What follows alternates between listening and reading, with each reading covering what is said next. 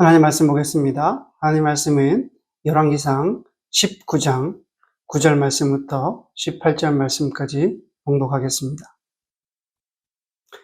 엘리야가 그곳 굴에 들어가 거기서 머물더니 여호와의 말씀이 그에게 임하여 이르시되 엘리야야 내가 어찌하여 여기 있느냐. 그가 대답하되 내가 만군의 하나님 여호와께 열심히 유별하오니 이는 이스라엘 자손이 주의 언약을 버리고 주의 제단을 헐며 칼로 주의 선지자들을 죽였음이오며 오직 나만 남았거늘 그들이 내 생명을 찾아 빼앗으려 하나이다.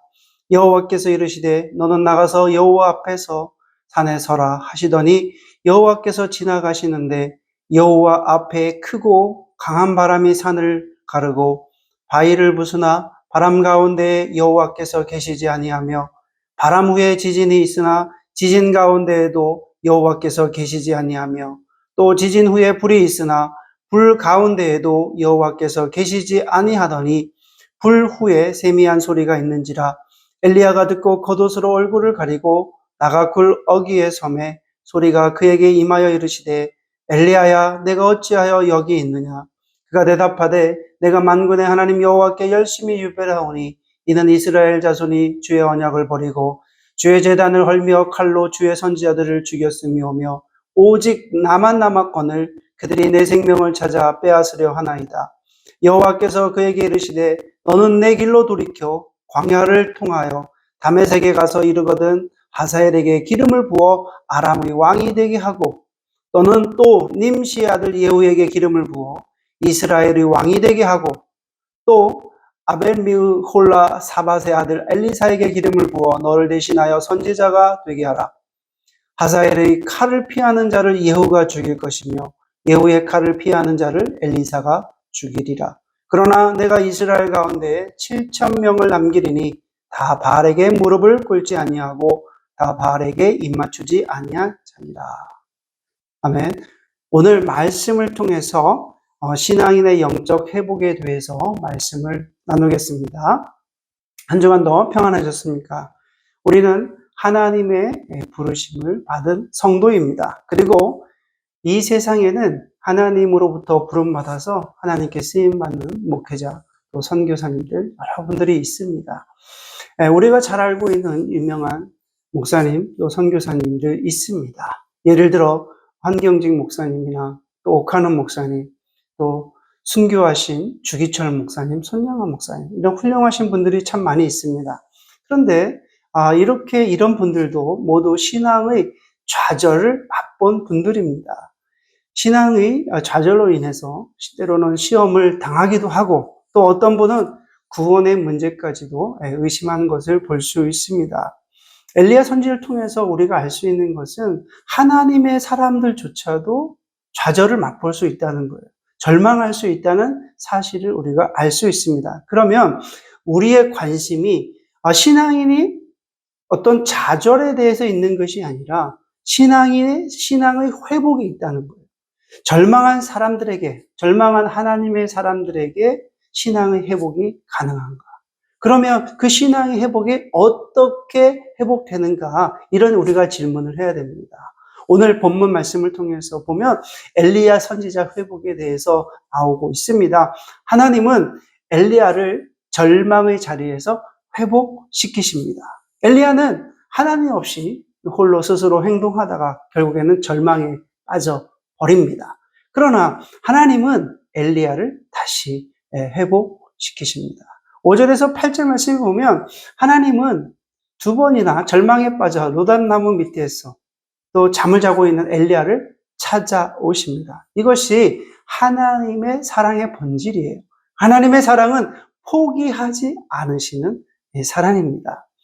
엘리야 선지자는 로뎀나무 밑에서 잠을 자고 있지만 영적인 깊은 잠을 자고 있지만 하나님은 엘리야를 향한 그 사랑, 하나님의 그 사랑은 주무시지 않는다는 거예요. 엘리야는 모든 것을 포기했지만 하나님은 절대로 포기하지 않으신다는 것입니다. 엘리야는 하나님의 소명도 잊어버리고 또 이스라엘 영적 회복도 또 갈멜산의 그 승리도 다 내버렸습니다. 그러나 하나님은 여전히 엘리야를 포기하지 않으셨습니다. 엘리야는 하나님의 은혜에 무감각했지만 하나님은 여전히 엘리야를 사랑하셨습니다. 이 신실하신 하나님의 사랑, 포기하지 않는 그 사랑, 하나님의 그 사랑이 우리를 지켜주십니다. 여러분과 저와 하나님의 그 사랑이 이 가운데 임하게 되시고 또 늘 지켜주신다는 것을 믿으시기를 바랍니다. 그 하나님의 사랑이 우리를 회복시켜 주십니다. 이 놀라운 하나님의 사랑이 여기에 있습니다. 그 사랑 때문에 우리가 예배를 드리고 또 이렇게 찬양을 하나님께 올려드리는 것입니다. 그러나 여러분, 세상의 사랑은 어떻습니까? 세상에서 하는 그 사랑은 상대적이고 계산적입니다. 상대적이고 계산적이라는 것은 내가 상대방을 향한 사랑이 식어지면 상대방도 나에 대한 사랑이 식어지게 되고 끝까지 사랑한다고 얘기하지만 서로 무관심해지고 속상해하며 떠나기 마련입니다. 그러나 하나님의 사랑은 비록 내가 사랑이 식어졌다 할지라도 깊은 잠에 빠져 있는다 할지라도 하나님은 나를 영원히 기억해 주시는 분이십니다. 엘리야를 찾아가신 그 하나님, 엘리야를 구체적으로 어떻게 회복시키셨습니까? 회복을 위한 하나님의 처방 첫 번째는 천사를 보내어 어루만져 주셨습니다. 5절 말씀입니다. 로뎀나무 아래 누워 자더니 천사가 어루만지며 이르되 일어나서 먹으라 하는지라. 절망의 늪에 빠져서 지금 로뎀나무 밑에서 잠을 자고 있는 그 엘리야를 하나님께서 찾아오십니다. 이 상황은 어떻게 보면 이 말씀을 묵상하면서 제가 느끼는 것은 제가 초등학교 때 제가 아파서 학교에 가지 못했습니다. 어머니는 이제 물수건을 적셔서 제 머리에 얹어 놓으시고 저를 어루만져 주신 그 사건이 생각이 납니다. 하나님은 절망 가운데 또 고통 속에서 있는 그 엘리야를 찾아오셔서 갓난아기를 어루만지듯이 부드럽게 어루만져 주셨습니다. 비록 엘리야가 하나님을 피해 도망간 사람이지만 하나님은 어머니와 같은 손길로 엘리야를 만져주고 계시다는 거예요. 여기서 말하는 하나님의 어루만짐은 어떤 의미가 있을까요? 여러분, 이것은 단순히 피부 접촉을 하는 그런 의미가 아닙니다. 엘리야의 전 인격을 지금 하나님께서 어루만져 주시고 계신다는 거예요. 그래서 이 어루만지심으로 인해서 전 인격을 하나님께서 치유해 주시는 것입니다. 지칠 대로 지쳐버린 피곤한 그 육신, 또한 중심을 잃어버린 그 영혼, 그 영혼을 회복시키는 하나님의 그 치유의 손길이라는 것입니다. 사랑하는 여러분, 오늘 우리에게도 하나님의 어루만지심이 있기를 주의 이름으로 축원해 올립니다. 여러분, 상하고 지친 우리의 영혼도 육신도 여러분 하나님의 어루만지는 그 손길이 필요하지 않습니까? 지금 우리의 인격이 하나님의 어루만지심이 필요한 그 애절한 갈망이 우리에게 있지 않습니까? 여러분, 하나님의 어루만지심은 우리를 새롭게 만드십니다. 하나님의 어루만지심은 우리를 일어나게 합니다. 하나님의 어루만지심은 우리의 질병도 고치십니다. 하나님의 어루만지심은 우리의 영혼도 소생시켜 주십니다. 하나님의 어루만지심은 우리의 고장난 우리의 인생을 다시 회복시켜 주십니다. 하나님의 어루만지심의 은혜가 오늘 말씀을 듣는 모든 분들에게 임하시기를 주의 이름으로 축원해 올립니다. 5절을 다시 한번 보시면 천사가 어루만지며, 또 7절을 보십시오. 여호와의 사자가 또다시 와서. 동일한 표현입니다. 이 표현은 구약에서 성부, 성자, 성령, 하나님의 임재하심이 현현되는 그것을 표현할 때 사용되었습니다. 실제로 여러분, 이 표현은 천사를 일컫기도 합니다. 여러분들은 천사의 존재를 믿습니까? 성경은 천사의 존재를 인정합니다. 그래서 히브리서 1장 14절의 말씀에 보니까 모든 천사들은 부리는 영으로서 구원 얻을 후사들을 위하여 섬기라고 보내심이 아니라고 기록되어 있습니다. 천사들은 우리의 경배 대상이 아니에요. 천사는 여러분 하나님께서 우리를 섬기라고 보내주신 존재입니다. 이 천사의 섬김의 기록은 성경에 종종 기록되어 있어요. 예수님께서 광야에서 금식한 후에 마귀에게 시험을 당하셨을 때도 성경은 천사들이 나와서 수종 들었다 이렇게 기록되고 있어요. 마태복음 4장 11절에 이에 마귀는 예수를 떠나고 천사들이 나와서 수종 드니라. 또한 여러분, 예수님께서 십자가에서 달리시기 전날 밤에 겟세마네 동산에서 기도하실 때도 있었습니다. 누가복음 22장 43절에 사자가 하늘로부터 예수께 나타나 힘을 돋더라. 이런 표현들은요, 신약 성경에만 있는 것이 아니라 구약에도 있습니다. 대표적인 예로 여러분 다니엘 잘 아시죠? 다니엘이 사자굴에 던짐을 받았을 때도 그 사자의 입을 막은 존재가 바로 천사였습니다.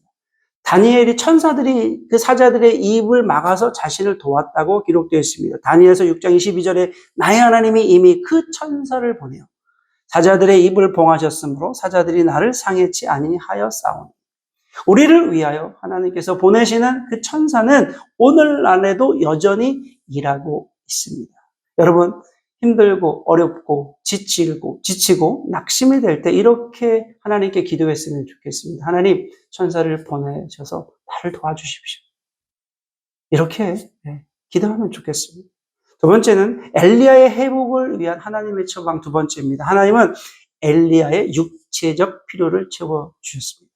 하나님은 엘리야를 어루만지며 일으키셔서 이제 먹으라고 말씀하십니다. 엘리야가 눈을 떠서 보니 먹을 것이 준비되어 있어요. 5절에서 7절 말씀해 보니까 로뎀나무 아래에 누워 자더니 천사가 어루만지며 이르되 일어나서 먹으라 하는지라. 본즉 머리맡에 숯불에 구운 떡과 한 병 물이 있더라. 이에 먹고 마시고 다시 누웠더니 여호와의 사자가 또다시 와서 어루만지며 이르되 일어나서 먹으라. 내가 그를 이기지 못할까 하노라 하는지라. 여러분들은 5절에서 7절 말씀을 읽으시면서 어떤 생각이 드십니까? 어떻게 보면 하나님께서 하시는 일이 조금 시시해 보이지 않습니까?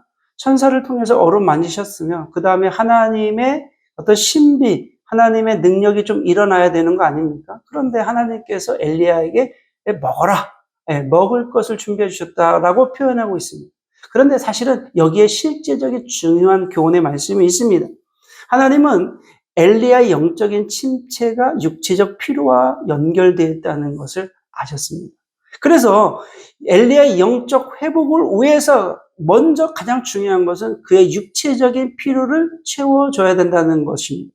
그것을 하나님께서 아셨다는 것. 그래서 그것을 채워주시고 있다는 것. 그래서 이 광야의 식탁은 하나님이 엘리야를 위해서, 회복을 위해서 마련하신 광야의 식탁이었습니다. 하나님은 지난 시절 엘리야를 훈련시키실 때도 그린 시냇가에서 어떻게 하십니까? 까마귀를 통해서 떡과 고기를 공급해 주셨습니다. 또 사르밧 과부의 집에서는 어떻게 하십니까? 마르지 않는 그 기름과 그 밀가루를 공급해 주셨습니다. 지금도 하나님은 광야에서 천사를 통해 먹을 것을 공급하고 계셨습니다. 하나님은 엘리야를 사역자로 불러 쓰시면서 언제나 그의 육신적 필요를 궁핍하게 내버려 두시지 않았다는 거예요. 왜 그렇습니까? 엘리야는 육체를 가진 인간이었기 때문에 그렇습니다. 육체를 가졌다는 것은 육체에 그 필요가 있다는 거예요. 그렇죠. 필요가 있습니다. 여러분, 인간은 이 세상에서 살아갈 때 영적인 것도 필요하고 육체적인 것도 필요한 거예요. 이것은 항상 상호 보완적이어야 됩니다. 여러분, 영도 건강해야 되고 육체도 건강해야 됩니다. 우리가 여기서 기억해야 될 것이 있습니다. 우리가 훌륭한 영적 생활을 하기 위해서는 육체적 필요를 무시하면 안 된다는 거예요. 지금은 엘리야가 어떤 상황입니까? 극도의 어떻게 보면 긴장감, 또 육체적 필요 때문에 더 이상 하나님의 사역을 감당할 수 없었던 거예요. 그래서 하나님은 먼저 엘리야의 육체적 필요를 채워주셨습니다. 그것도 충분하게 채워주신 거예요. 한 번 먹은 후에 누웠더니 또다시 여호와의 사자가 와서 또 먹으라고 합니다. 필요한 것을 지금 충분하게 엘리야에 공급하고 계신다는 거예요. 여러분, 교회 안에도 이런 천사들이 많아야 됩니다. 우리 안에 참 이런 천사들이 많아야 돼요. 그래서 여기서 말하는 천사란 하나님의 그 사역을 위해서 연약한 지체들을 섬기는 섬김의 사역을 의미합니다. 우리 지구촌 초대 선교회 안에서도 이런 섬김의 사역이 일어나기를 간절히 원합니다. 서로의 필요를 채워주는 천사들이 있어야 돼요. 피곤하고 지칠 때마다 여러분 채워주는 천사들이 있어야 됩니다. 제가 한국에 방문할 때마다 여러 명의 천사들을 만나요. 이 여러 명의 천사들, 이 천사분들이 밥도 사주고, 또 교통비도 주시고, 또 좋은 곳에 데리고 가서 맛있는 것도 사주시고, 그렇습니다. 그때마다 참 힘이 납니다. 8절 말씀해 보니까, 이에 일어나 먹고 마시고, 그 식물의 힘을 의지하여 40주 40야를 행하여 하나님의 산 호렙에 이르니라. 여러분, 엘리야가 지금 하나님의 산 호렙에 이르기 위해서는 육체적인 힘이 필요했다는 거예요. 그래서 하나님께서 그 육체적인 그 힘에 대한 필요한 것을 충분하게 채워주셨죠. 그래서 오늘 말씀에 보면 회복하기 위해서 육체적 필요를 채워주셨다. 세 번째는 엘리야 선지자 회복을 위한 하나님의 처방, 세 번째는 사명을 확인시키셨습니다. 7절 말씀입니다.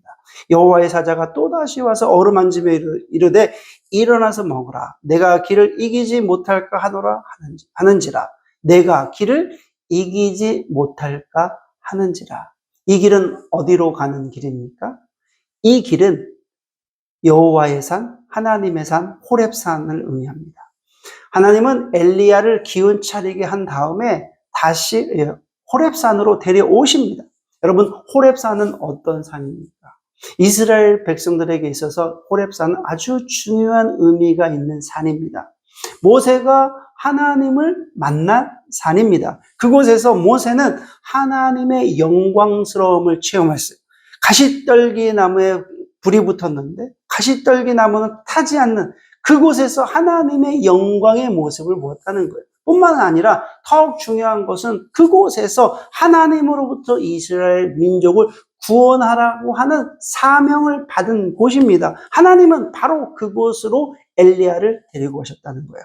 그곳에서 그러면 어떤 일이 일어났습니까? 11절 말씀, 여호와께서 가라사대 너는 나가서 여호와의 앞에서 산에 섰으라 하시더니 여호와께서 지나가시는데 먼저 하나님은 자신을 엘리야에게 보이십니다. 여호와께서 지나가시더니 하나님은 엘리야에게 나타나셨어요. 그리고 나서 여호와의 앞에 크고 강한 바람이 산을 가르고 바위를 부수나 바람 가운데서 여호와께서 계시지 아니하며 바람 위에 지진이 있으나 지진 가운데서도 계시지 아니하더니 불후에 세미한 소리가 있는지라.